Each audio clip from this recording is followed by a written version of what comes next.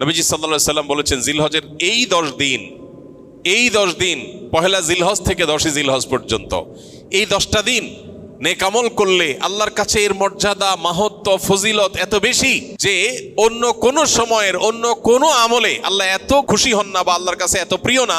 এই দশকের ভালো কাজ আল্লাহর কাছে যত বেশি প্রিয়। জিলহজের প্রথম দশকের যত গুরুত্ব কোরআন হাদিসে এবং সালাফে সালেহিনের আমলের মধ্যে বর্ণিত হয়েছে, আমাদের সমাজে এই 10টা দিনের ইবাদতের ব্যাপারে মানুষের অবহেলা যেন ততটাই চরমে।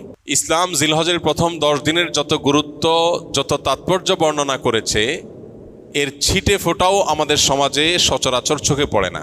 আমরা কোরবানির পশুর হাট কিংবা গরু ছাগলের আনাগোনা দেখে জিলহজ মাস আসছে সেটা টের পাই, অনুভব করতে পারি। অথচ সাহাবায়ে কেরাম রিদওয়ানুল্লাহি তাআলা আলাইহিম আজমাইন তারা জিলহজের প্রথম 10টি দিন ইবাদতের ব্যাপারে এত বেশি মাশগুল হতেন, এত বেশি রত থাকতেন যে তাদের বাজারে ঘাটে জিলহজের প্রথম দশকের আলামত বোঝা যেত। সাহাবী আবু হুরায়রা রাদিয়াল্লাহু তাআলা আনহু এবং কোন সাহাবী জিলহজের প্রথম দশক এলে বাজারে যেতেন শুধুই তাকবীর পাঠের উদ্দেশ্যে, কোনো কেনা বেচার উদ্দেশ্যে না। উদ্দেশ্য ছিল বাজারে গিয়ে বাজারে দুনিয়াদারিতে মগ্ন মানুষগুলোকে জিলহজের প্রথম দশকের ইবাদতের ব্যাপারে স্মরণ করানো। এই জন্য বাজারে গিয়ে এই দশকে বলতেন আল্লাহু আকবার, আল্লাহু আকবার, লা ইলাহা ইল্লাল্লাহু, আল্লাহু আকবার, আল্লাহু আকবার ওয়ালিল্লাহিল হামদ। এই যে তাকবীর, তাহমিদ, তাহলিল, আল্লাহর একত্ববাদ, আল্লাহর বড়ত্ব এবং প্রশংসা জ্ঞাপন করা, এটা এই দশকের অন্যতম গুরুত্বপূর্ণ একটা আমল। এই আমল করবার জন্য সাহাবীদের কেউ বাজারে গিয়ে একটু সরবে বলতেন, যাতে করে তার শুনে শুনে অন্যরাও বলতে পারে। মিডল ইস্টের কোন দেশের কোন এলাকাতে একটি চমৎকার দৃশ্য জিলহজের প্রথম 10 দিন উপলক্ষে দেখা যায়। সেটা হলো বিভিন্ন বাসাবাড়ির গেইটে, গ্যারেজে, বিভিন্ন সুপার শপ, শপিং মল, ছোট বড় দোকান ইত্যাদিতে ছোট্ট একটা ডিভাইস সেট করে সেখানে তাকবীরের অডিও অনবরত চালু করে রাখা হয়। মৃদু ভলিউমে হালকা আওয়াজে যে তাকবীরের ধ্বনি চালানো হয়, এটার উদ্দেশ্য পথচারী বা আশপাশ দিয়ে যারা যাবে তাদের জন্য স্মরণ হয় যে এই দশকে নবী আলাইহিস সালাম নির্দেশ করেছেন ফাকসিরু ফিহিন্না মিনাত তাকবীরি ওয়াত তাহলিলি ওয়াত তাহমিদ। এই দিনগুলো যখন আসবে এবং তাকবীরের তাশরিকের আইয়ামে তাশরিকে যে দিনগুলো আছে সেগুলোতেও আল্লাহর একত্ববাদের বর্ণনা লা ইলাহা ইল্লাল্লাহ বলার মাধ্যমে, আল্লাহর বড়ত্বের বর্ণনা আল্লাহু আকবার বলার মাধ্যমে, আল্লাহর প্রশংসার জ্ঞাপন আলহামদুলিল্লাহ বলার মাধ্যমে বেশি বেশি যেন করি আমরা। নবীজি নির্দেশ করেছেন তোমরা এই দিনগুলোতে বেশি বেশি লা ইলাহা ইল্লাল্লাহ, আল্লাহু আকবার, আলহামদুলিল্লাহ এগুলো পাঠ করবে। এই জন্য ভাইরা আমার, আমাদের কর্তব্য হলো জিলহজের প্রথম দশকের ইবাদত, এর তাৎপর্য, এর আমল, এর গুরুত্ব, এর মাহাত্ম্য এ সম্পর্কে সমাজে জানাশোনা যেন বাড়ে, সচেতনতা যেন বাড়ে। এই হারিয়ে যাওয়া বা অনেকটাই মানুষের আমল থেকে সরে যাওয়া, ছুটে যাওয়া এই বিষয়টাকে যেন পুনরায় জিন্দা করা যায়, এই জন্য আমাদের ভূমিকা রাখা দরকার। আমরা যদি প্রত্যেকটা মানুষ যার যার জায়গা থেকে সিদ্ধান্ত গ্রহণ করি যে জিলহজের প্রথম দশক উপলক্ষে কোরআন এবং হাদিসের আলোকে যে করণীয়গুলো আছে এগুলো একজন ইমানদার হিসাবে আমি আমল করব, আরও 2-4-5 জন মানুষকে আমি অ্যাওয়্যার করব, সচেতন করব, ইনশাআল্লাহ অনেকটা হারিয়ে যাওয়া এই আমলগুলো নতুন করে পুনরায় জিন্দা হবে, জীবিত হবে। চেষ্টা করা যাবে তো ইনশাআল্লাহ? প্রিয় ভাইরা আমার, আমাদের মধ্যে কেউ যদি বাজারে যায়, চায়ের দোকানে যায় এবং যে একটু যদি জোরে আল্লাহু আকবার, আল্লাহু আকবার, লা ইলাহা ইল্লাল্লাহু, আল্লাহু আকবার, আল্লাহু আকবার ওয়ালিল্লাহিল হামদ, তাকবীর, তাহমিদ, তাহলিল যদি পাঠ করে, কোনো কাজ নাই, কোনো কারণ নাই, চায়ের দোকানের আড্ডার মধ্যে গিয়ে একটু উচ্চস্বরে তাকবীর পাঠ করেছে কেউ, তাহলে সমাজের মানুষ সেটাকে নেগেটিভলি দেখবে, মনে করবে লোকটার মাথায় সমস্যা কিনা, হঠাৎ করে তাকবীর কেন বলল। অর্থাৎ এই পরিমাণ গাফলতিতে আমরা নিমজ্জিত হয়ে গেছি যে আল্লাহর জিকিরটা আমাদের কাছে অস্বাভাবিক আর গাফলতিটা স্বাভাবিক হয়ে গেছে। এই পরিস্থিতি থেকে উম্মতকে বাঁচাবার জন্য আমরা একটু চেষ্টা করতে পারি না ইনশাআল্লাহ? স্কিলের ভাইরা যারা আছেন, বিশেষ করে ছুটি হয়ে যাবে, বাড়িতে যাবেন, ঘরে যখন একটু প্রবেশ করবেন, ঘরের লোকজন বিভিন্ন কাজে আছে, একটু মৃদু ভলিউমে, ডিস্টার্ব করার মতো আওয়াজে না, একটু মৃদু ভলিউমে আপনি যদি তাকবীর বলে ওঠেন, হয়তো আরেকজনের স্মরণ হবে ইনশাআল্লাহ। আমরা এখানেও যে কয়দিন আসি, আমরা বাহির থেকে এসে রুমে প্রবেশ করলাম বা কয়েকজনের মধ্যে প্রবেশ করলাম তখন যদি একটু সরবে পড়ি এ উদ্দেশ্যে যাতে করে অন্যের স্মরণ হয়, তাহলে হয়তো আমলটা জিন্দা হবে। জিলহজের প্রথম দশক উপলক্ষে আমাদের সবগুলো মনিটরে ইনশাআল্লাহ এই দশকে তাকবীরের ধ্বনি উচ্চারিত হতে থাকবে মৃদু ভলিউমে, যাতে করে অন্যদের স্মরণ হয়। এবং এই দশকের ফজিলত, তাৎপর্য, মাহাত্ম্য এবং করণীয় সম্পর্কে অনেকগুলো লিফলেট প্রিন্ট করা হয়েছে। আমরা এগুলো নিয়ে যাব ইনশাআল্লাহ, একটা দুটা করে সংগ্রহ করব। আজকে মসজিদে রাখা উচিত ছিল, পরবর্তীতে আমরা মসজিদে রাখা হয়েছে কিনা নিয়ে আসতেছে, যদি নিয়ে আসে তাহলে সেক্ষেত্রে ভালো, এটা আগে থেকে আনা দরকার ছিল। তো এই লিফলেটগুলো আমরা ইনশাআল্লাহ যার যার জায়গা থেকে নিয়ে যাব। আর আমাদের সকল প্রতিষ্ঠানে আসুন্নাহ ফাউন্ডেশন থেকে আমরা একটা ফেস্টুন প্রিন্ট করেছি, 2 সাইজের, একটা ছোট আর একটা বড়। এই ফেস্টুনগুলো আমরা প্রত্যেকটা প্রতিষ্ঠানের একেবারে প্রবেশদ্বারে বা এমন জায়গায় যেখানে সবার অনবরত চোখ পড়বে সেখানে আমরা ঝুলিয়ে রাখবো। এই সবগুলোর উদ্দেশ্যই হলো জিলহজের প্রথম দশককে আমরা ইবাদত এবং আমলের একটা দশকে পরিণত করব ইনশাআল্লাহ। রমজান মাসে আলহামদুলিল্লাহ কম হোক বেশি হোক, ভুল হোক ভালো হোক মন্দ হোক, মিলিয়ে ঝুলিয়ে আমল করার একটা চেষ্টা আমাদের সমাজে আছে। কিন্তু জিলহজের প্রথম দশক উপলক্ষে নেক আমল বা ইবাদতের তেমন কোনো কাজ দেখা যায় না। কাজ একটাই, কোরবানির গরু ছাগল কেনা বেচা। এছাড়া এই দশকের আর কিছু চোখে পড়ে? চোখে পড়ে না। আপনারা বিভিন্ন এলাকার মানুষ আছেন, আমি আপনাদেরকে উদাত্ত আহ্বান রাখতে চাই, অনলাইনে আমাদেরকে যারা শুনছেন তাদেরকে উদাত্ত আহ্বান রাখতে চাই। অনেক কোরবানির গরু ছাগলের হাটে মাইক লাগানো হয় নানান ঘোষণা, অ্যানাউন্সমেন্ট ইত্যাদি করার জন্য। আমি লক্ষ্য করেছি খুবই দুর্ভাগ্যজনকভাবে যেই কোরবানির পশু কেনা বেচার হাটের অর্থনৈতিক সুফল বিপুল পরিমাণে, আর্থসামাজিক উপকারিতা অনেক বেশি, এটাকে ঘিরে হাজার হাজার লক্ষ লক্ষ মানুষের জীবিকার ব্যবস্থা হয়। এই দেশ পশুপালনে অনেকটা স্বয়ংসম্পন্ন, পশুর গোশত যতটুকু আমাদের প্রয়োজন হয় তার জন্য স্বয়ংসম্পূর্ণতা অর্জন করেছে শুধু কোরবানির খাতিরে। সারা বছর একটা বাছুর লালন পালন করার পর বা 2 বছর লালন পালন করার পর যখন বাজারে বিক্রি করে কেউ একজন গরিব মানুষের সংসার পালার মতো টাকা হয়ে যায়। বহু মানুষের জীবিকা এই কোরবানির এই ইবাদতের মাধ্যমে আল্লাহ তাআলা ব্যবস্থা করেছেন। কোরবানির এই আমলটা যেখানে একটা ইবাদত, আল্লাহর গুরুত্বপূর্ণ একটা নির্দেশ। নবী করিম সাল্লাল্লাহু আলাইহি সাল্লাম কানা নবী সাল্লাল্লাহু আলাইহি সাল্লাম আকামা রাসূলুল্লাহ সাল্লাল্লাহু আলাইহি সাল্লাম বিল মদিনাতে 10 সিনিন ইউদাহি, নবীজি 10 বছর কোরবানি করতেন, মদিনায় অবস্থান করেছেন এবং কোরবানি করতেন। শুধু বিদায় হজের সময় তিনি হজের সফরে ছিলেন, বাকি বছরগুলোতে তিনি মদিনা থেকে প্রতি বছর কোরবানি করতেন। তো কোরবানির এই আমলটা যেহেতু একটা ইসলামিক কাজ, একটা ইবাদত, সেই ইবাদতকে ঘিরে যে হাট বা বাজার হয় সেখানকার মাইকে গান এবং বাজনা বাজানো হয়, এর চেয়ে দুর্ভাগ্যজনক বাস্তবতার কি আছে? তো আপনাদেরকে আমরা উদাত্ত আহ্বান রাখতে চাই, এইসব মাইকে বিভিন্ন অ্যানাউন্সমেন্ট করতে হয়, বিভিন্ন ঘোষণা দিতে হয়, সেটা দেওয়া হোক।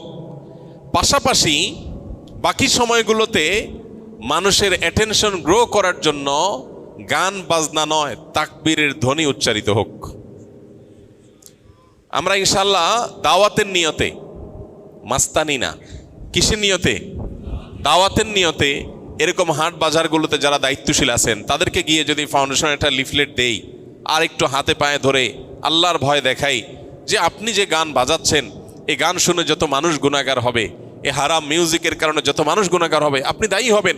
মানুষ এসছে ইবাদতের একটা কাজের জন্য, পশু কেনার জন্য, আপনি তাকে গুনাহ করতে বাধ্য করছেন, এটা হয় না। এলাকার ওলামা একরাম যাদের প্রভাব আছে, যাদের সামাজিক অবস্থান আছে, সেরকম ভালো 2-4টা মানুষকে সাথে নিয়ে আমরা দাওয়াতের উদ্দেশ্যে বললাম। আমাদের কথা যদি কেউ আমল নাও করে সওয়াব তো আমরা পেয়ে যাবো ইনশাআল্লাহ। চেষ্টা করা যাবে না ইনশাআল্লাহ? আমরা যদি এটা কেউ করতে পারি, পরবর্তীতে ছুটির পরে এসে বাইজিদের কাছে আপনারা রিপোর্ট করবেন কে কোন বাজারে এই আমলটা করাইতে পারছেন, পারলে ভিডিও করে রেখে দিবেন। আমি ইনশাআল্লাহ ছুটির পরে, আমি হজের সফর থেকে ফিরে আসার পরে আপনাদের মধ্যে যারা এই কাজটা করতে পারবেন আমি আলাদা করে তাদেরকে পুরস্কার দেবো ইনশাআল্লাহ। আর আমার পুরস্কার আর কি, আল্লাহ রাব্বুল আলামিন সবচেয়ে বড় পুরস্কার ইনশাআল্লাহ দিবেন। চেষ্টা করা যাবে না ইনশাআল্লাহ? তো আমরা দাওয়াতের নিয়তে এই পরিকল্পনাটা করব যে কোরবানির পশুর হাটে গান বাজনা নয়, তাকবীর উচ্চারিত হওয়া উচিত। মানুষকে নরমের সাথে যুক্তি দিয়ে বোঝাতে হবে, রাগারাগি না, মানুষের সাথে ব্যবহার খারাপ করা না, দাওয়া হতে হবে সুন্দরভাবে। চেষ্টা করা যাবে না ইনশাআল্লাহ? একটা লিফলেট নিয়ে গেলেন, কোরবানির পশুর হাটে যে জায়গায় লাগাইলে কারোর ক্ষতি হবে না, কারোর ওয়ালে পারমিশন ছাড়া লাগালে তিনি কষ্ট পাবেন, নিষেধ করা আছে, এরকম জায়গায় না। যেখানে লাগালে কারোর কোনো অসুবিধা হবে না এরকম জায়গায়। কোনো একজন রিক্সা চালক ভাই তিনি সম্মতি দিয়েছেন তার রিক্সার পেছনে লাগাতে, তাহলে তার অনুমতি নিয়ে তার পেছনে লিফলেট লাগাই দেন, যাতে করে এটা দেখে 10 জন মানুষ আমল করে। একটা হারিয়ে যাওয়া সুন্নাহকে, একটা হারিয়ে যাওয়া বা বেশ কয়েকটা হারিয়ে যাওয়া আমলকে আমরা সমাজে পুনরায় জীবিত করার জন্য যদি কাজ করি, তাহলে আমাদের মর্যাদা আল্লাহর কাছে কত বেশি, এ বিষয়ে বহু হাদিস বর্ণিত হয়েছে। আমরা সেই মর্যাদা অর্জন করার চেষ্টা করতে পারি না ইনশাআল্লাহ? এই জন্য ভাইরা আমার, যারা এই কথাগুলো আমরা শুনছি অনলাইনে অফলাইনে, আমরা আরো কয়েকজনের কাছে পৌঁছে দিব। জিলহজের প্রথম দশক শুধু কোরবানির পশু কেনা বেচার দশক নয়, এই দশক ইবাদতের দশক, এই দশক আমলের দশক। নবী করিম সাল্লাল্লাহু আলাইহি সাল্লাম বলেছেন, মা মিন আইয়ামিন আল আমালুস সালিহু ফিহিন্না হাব্বু ইলাল্লাহ মিন হাযিহিল আইয়াম। কিলা ইয়া রাসূলুল্লাহ ওয়ালাল জিহাদু ফি সাবিলিল্লাহ? ক্বাল ওয়ালাল জিহাদু ফি সাবিলিল্লাহ। নবীজি সাল্লাল্লাহু আলাইহি সাল্লাম বলেছেন, জিলহজের এই 10 দিন পহেলা জিলহজ থেকে 10 জিলহজ পর্যন্ত, এই 10টা দিন নেক আমল করলে আল্লাহর কাছে এর মর্যাদা, মাহাত্ম্য, ফজিলত এত বেশি যে অন্য কোন সময়ের অন্য কোন আমলে আল্লাহ এত খুশি হন না বা আল্লাহর কাছে এত প্রিয় না। এই দশকের ভালো কাজ আল্লাহর কাছে যত বেশি প্রিয়। সাহাবীগণ জিজ্ঞাসা করলেন, হে আল্লাহর রাসূল, অন্য সময় আল্লাহর রাস্তায় জিহাদ করলে যে বিপুল ফজিলত, সেটার মর্যাদাও কি এই দিনের চাইতে বা সেটাও কি আল্লাহর কাছে বেশি প্রিয় না? নবীজি বলেছেন, না, ওয়ালাল জিহাদু ফি সাবিলিল্লাহ। অন্য সময় জিহাদ করেও আল্লাহর কাছে এই দশকে নেক আমলের সমান সওয়াব পাওয়া সম্ভব না বা আল্লাহর প্রিয় নয়। তবে অন্য সময় যদি কেউ জিহাদ করতে বের হয়ে তার জান মাল সব কোরবান করে দেয়, তার কথা ভিন্ন, তার সাথে কারো কোনো তুলনা নেই। তাহলে ভাইরা আমার, এই দশকে নেক আমলের ব্যাপারে নবী আলাইহিস সালাম এত বেশি গুরুত্ব আরোপ করেছেন, এত বেশি গুরুত্ব দিয়েছেন, আল্লাহ তাআলার কাছে সবচেয়ে বেশি প্রিয়। এই জন্য এই দশকে আমরা নেক আমল করার চেষ্টা করবো তো ইনশাআল্লাহ। এই দশক উপলক্ষে আমরা 10টি কাজ করব। নাম্বার 1, এই দশক উপলক্ষে সাধারণ যে নেক আমলগুলো আছে, রুটিন যে ভালো কাজগুলো আছে, এগুলো বেশি বেশি করব। কারণ এই যে মাত্র যে হাদিসটা শুনলাম যে এই দশকের ভালো কাজ আল্লাহর কাছে সবচেয়ে বেশি প্রিয়, অতএব আল্লাহর কাছে যেহেতু সবচেয়ে বেশি প্রিয়, রমজানের পরে, রমজান তো মাস হিসাবে সবচেয়ে সেরা, দিন হিসাবে সবচেয়ে সেরা এই দশক, এই দশকের আমল যেহেতু আল্লাহর কাছে বেশি প্রিয়, অতএব এই দশকে যে কোনো ভালো কাজ, 5 ওয়াক্ত নামাজ পুরুষরা জামাতের সাথে তাকবীরুল্লাহর সাথে যতটা গুরুত্বের সাথে সম্ভব পড়ব, আর মহিলারা সময় মতো যথাসম্ভব উত্তম উপায়ে আমরা নামাজ পড়ব। এর বাইরে নফল নামাজগুলো পড়ার চেষ্টা করবো, ইশরাক তাহাজ্জুদের চেষ্টা করবো ইনশাআল্লাহ। যত নফল আমল করা যায়, ফরজ আমলগুলোর ইহতিমাম বা গুরুত্ব আরোপ করা যায় সেগুলো করব। 1, নেক আমল করা বেশি বেশি, কোরআন তেলাওয়াত, জিকির, আজকার সবগুলো। নাম্বার 2, যত রকম গুনাহ এবং পাপের কাজ আছে এগুলো সারা বছরই নিষিদ্ধ, হারাম তো সারা বছরই হারাম। যে আমল, যে কাজ গুনাহ, সেটা সারা বছর করাটাই গুনাহ, কিন্তু এই দশকে করাটা বিশেষভাবে নিষিদ্ধ এবং এই দশকে করাটা বিশেষভাবে জঘন্য। কারণ যে দশকে আল্লাহর কাছে নেক আমল করা প্রিয়, সে দশকে আপনি বদামল করলেন, সেটা আরো জঘন্য হবে না? তো এই জন্য এমনিতেই সম্মানিত 4 মাস সম্পর্কে আল্লাহ রাব্বুল আলামিন বলেছেন, ফালা তাজলিমু ফিহিন্না আনফুসাকুম। এই দশক, এই মাসগুলোতে তোমরা নিজেদের প্রতি অবিচার করো না। এই জন্য জিলহজের প্রথম দশক সম্মানিত 10 মাস, 4 মাসেরও অংশ, আবার মর্যাদাপূর্ণ দশক, আল্লাহর কাছে সবচেয়ে প্রিয় নেক আমলের জন্য। অতএব সেই দশকে আমরা গুনাহ থেকে, পাপের কাজ থেকে বেঁচে থাকার ব্যাপারে বিশেষভাবে যত্নশীল থাকবো ইনশাআল্লাহ। যে আমলে, যে বদামলের সাথে আমরা জড়িত, যে গুনাহের সাথে জড়িত, এই দশকে সেটাতে বেঁচে থাকার চেষ্টা করব। মোবাইলে, সোশ্যাল মিডিয়াতে, ফেসবুকে, হোয়াটসঅ্যাপে, ইউটিউবে কোনো হারাম জিনিস দেখবো না, শুনবো না এবং হারাম কাজ করবো না ইনশাআল্লাহ। নাম্বার 3, বেশি বেশি আল্লাহর জিকির করা। কারণ আল্লাহ তাআলা সূরা হজের 28 নম্বর আয়াতে এই নির্দিষ্ট দিনগুলোতে আল্লাহ বেশি বেশি জিকির করতে নির্দেশ করেছেন। অতএব বেশি বেশি আল্লাহর জিকির, যত রকমের আল্লাহ জিকির হতে পারে, মুখের জিকির, অন্তরের জিকির, এই জিকিরগুলো বেশি বেশি করবো ইনশাআল্লাহ। নাম্বার 4, যাদের হজের তৌফিক হয়েছে তারা এই দশকে হজ করবেন, হজ শুরু করবেন 8 তারিখে। আর নাম্বার 5, যাদের কোরবানির তৌফিক আছে তারাও কোরবানি করবেন, কারণ মান ওয়াজাদা সাআতান লিআন ইউযাহিয়া ওয়া লাম ইউযাহি ফালা ইয়াকরাবান্না মুসাল্লানা। যার কোরবানি করার সামর্থ্য আছে অথচ কোরবানি করলো না, নবী সাল্লাল্লাহু আলাইহি ওয়াসাল্লাম সতর্ক করেছেন, হাদিসে সতর্ক বাণী এসেছে, সেই জন্য মুসলমানদের ঈদগাহে না আসে। এই জন্য কোরবানি করা এটা হলো 5ম আমল এই দশকের, যাদের তৌফিক আছে। 6 নম্বর আমল হলো, যারা কোরবানি করার সিদ্ধান্ত গ্রহণ করবেন তারা জিলহজের চাঁদ ওঠার পর থেকে নিয়ে ঈদের দিন কোরবানি করা পর্যন্ত এই সময়ের মধ্যে মাথার চুল, গোঁফ, হাত পায়ের নখ এবং শরীরের অবাঞ্ছিত পশম ইত্যাদি এগুলো কাটা থেকে বিরত থাকবেন এই 10 দিন। অর্থাৎ এগুলো চাঁদ উঠার আগে আগে কেটে ফেলবেন। আর কাটবেন কখন? কোরবানির পরে। তাহলে চাঁদ উঠা থেকে কোরবানি এই সময়ের মধ্যে চুল নখ ইত্যাদি কাটা থেকে বিরত থাকবেন কারা? যারা কোরবানি করার নিয়ত করেছেন। যদিও এখানে কোরবানি যারা করার নিয়ত করেন নাই, যারা কোরবানি করার নিয়ত করেন নাই সে মানুষগুলোর জন্য এই আমলের কথা অনেক উলামা একরাম বলেন এবং উভয়টার সপক্ষেই কম বেশি দলিল এবং যুক্তি আছে।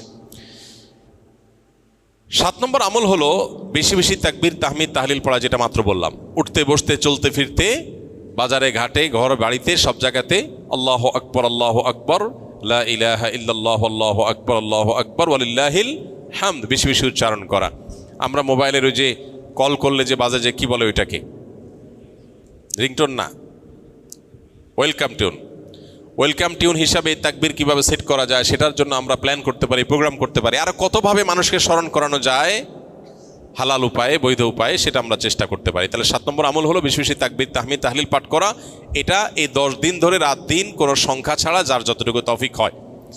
8 নম্বর আমল হলো এই তাকবীরটাই আইয়ামে তাশরিকে অর্থাৎ জিলহজের 9 তারিখ বাদ ফজর থেকে নিয়ে জিলহজের 13 তারিখ আসর পর্যন্ত প্রত্যেক নামাজের পরে একবার করে পাঠ করা, নারী পুরুষ সবাই। এটা আবশ্যক, সবাইকে করতে হবে প্রত্যেক নামাজের পরে একবার করে। এটা হলো তাকবীরে মুকাইয়াদ বলে, নির্দিষ্ট তাকবীর এই দিনগুলোতে এই নামাজের পরে। আর প্রথমটা বললাম 7 নম্বর আমলটা হলো সাধারণ তাকবীর, তাকবীরে মুতলাক, অর্থাৎ এই দশক জুড়েই সবসময় বেশি বেশি তাকবীর পাঠ করা। তাহলে 8টা আমল পেয়ে গেলাম।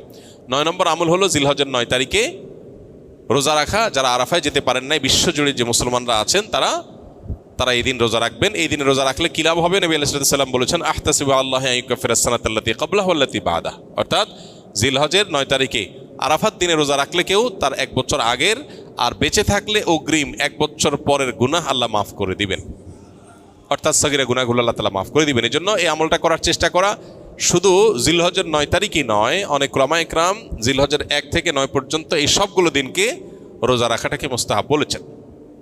আর 10 নম্বর আমল হলো ঈদের দিনে যে সুন্নাহগুলো আছে সেগুলো পালন করা। অতএব জিলহজের এই দশককে আমল এবং ইবাদত দিয়ে সাজাবার চেষ্টা করবো তো আমরা ইনশাআল্লাহ। বেশি বেশি তাকবীর তাহলিল তাহমিদ নিজেরা পড়বো, অন্যদেরকে উদ্বুদ্ধ করবো, চেষ্টা করা যাবে না ইনশাআল্লাহ। আল্লাহ রাব্বুল আলামিন আপনাকে আমাকে আমাদের সবাইকে আমলের তৌফিক দান করুন।